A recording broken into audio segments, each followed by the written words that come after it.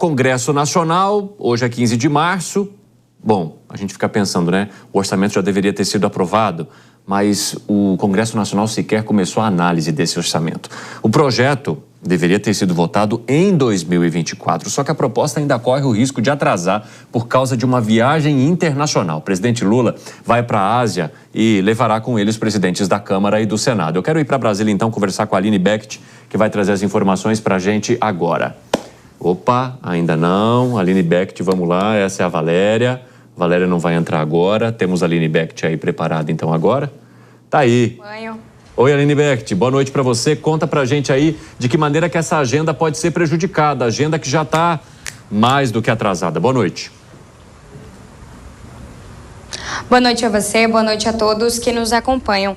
Bom, é bom nesse sentido mesmo, assim, o senador Ângelo Coronel hoje mais cedo afirmou à nossa equipe de reportagem que a data segue sendo a que já estava prevista, acordada na reunião de líderes de semana passada, ou seja, prevista para a semana que vem, a apreciação na terça-feira, com a votação do relatório na CMO e, posteriormente, a votação na sessão conjunta do Congresso Nacional ali entre deputados e senadores. O que aconteceu de novo, segundo o relator, é que o governo federal encaminhou um ofício com alguns ajustes ali, alguns arranjos a serem feitos no texto para que contemple o Banco Central. Então, o senador agora trabalha em cima dessas informações, desses ajustes, para que até segunda-feira ele possa ser protocolado no sistema do Congresso Nacional e aí apreciado por todos os parlamentares ali na terça-feira, na CMO e posteriormente na quarta-feira,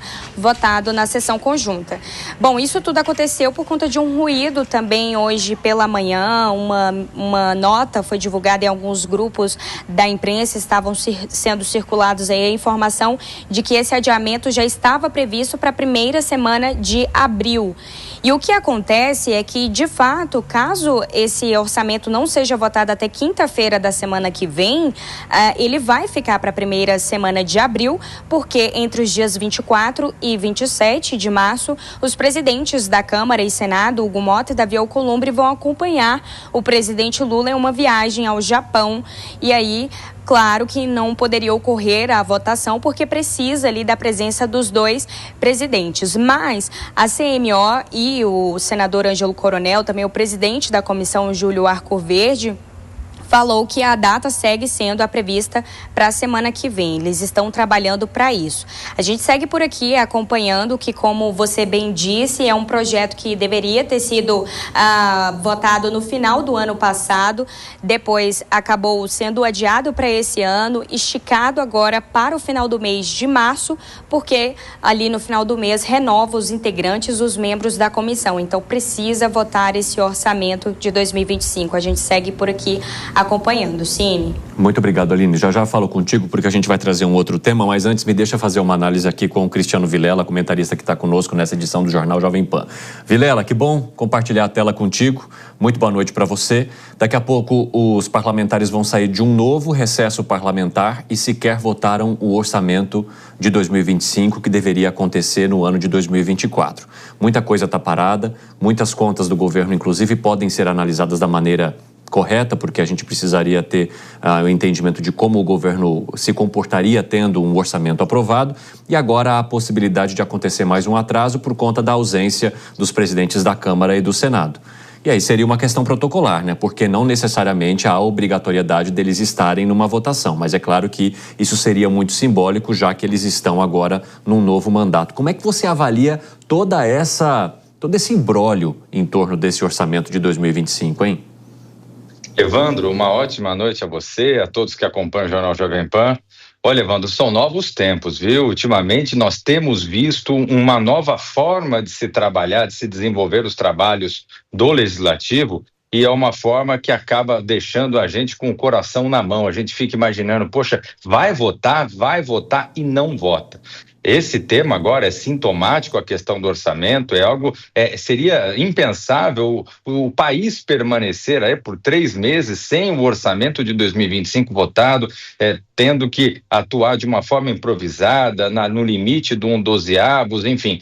algo fundamental para o governo, importantíssimo para o legislativo, mas que mesmo assim acaba ficando para depois.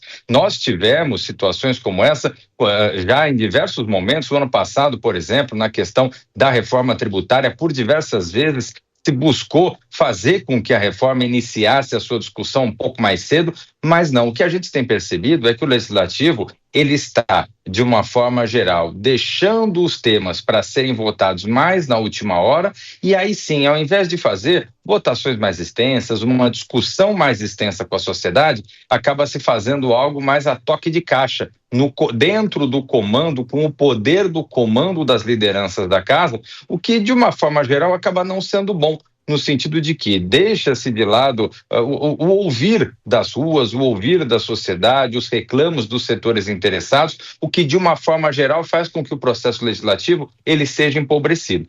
Infelizmente, é esse modus operandi que a gente tem percebido e o momento ele é sintomático, especialmente no que se relaciona à questão do orçamento. E Vilela, quando a gente fala sobre a análise do comportamento do governo, eu me refiro, por exemplo, ao superávit que o governo registrou agora em janeiro de 2025, porque esse superávit ele leva em conta que os governos, né, tanto o governo federal, mas os governos estaduais e municipais, mas principalmente a União, deixou de gastar, ou seja, gastou menos no mês de janeiro, o que levou a um resultado melhor de superávit. Mas deixou de gastar exatamente porque não tem um orçamento aprovado ainda. Então, muitas questões estão congeladas. Ou seja, como é que você analisaria um início de ano correto, no sentido do gasto da União, se ele está impedido pelo orçamento e não por conta de alguma estratégia que levasse ao corte de gastos, entende? É difícil até a gente analisar o comportamento de um governo que não tem como base um orçamento porque ele ainda não foi aprovado. Isso no terceiro ano de governo. A gente às vezes imagina que no primeiro ano de governo, aqueles primeiros meses, aí a gente até justifica você ter aí um delay para que se possa botar ordem na casa, uma mudança de governo, alguma dificuldade no diálogo com o legislativo.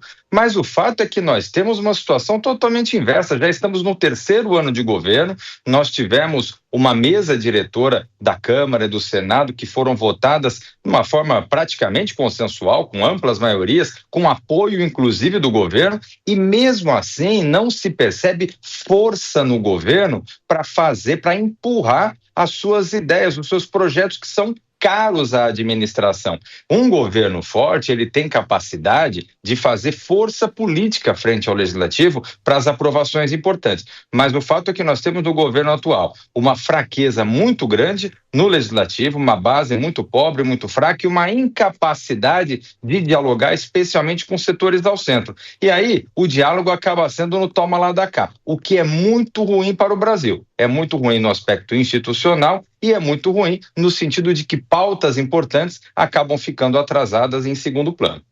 Vilela, daqui a pouco te chamo mais uma vez.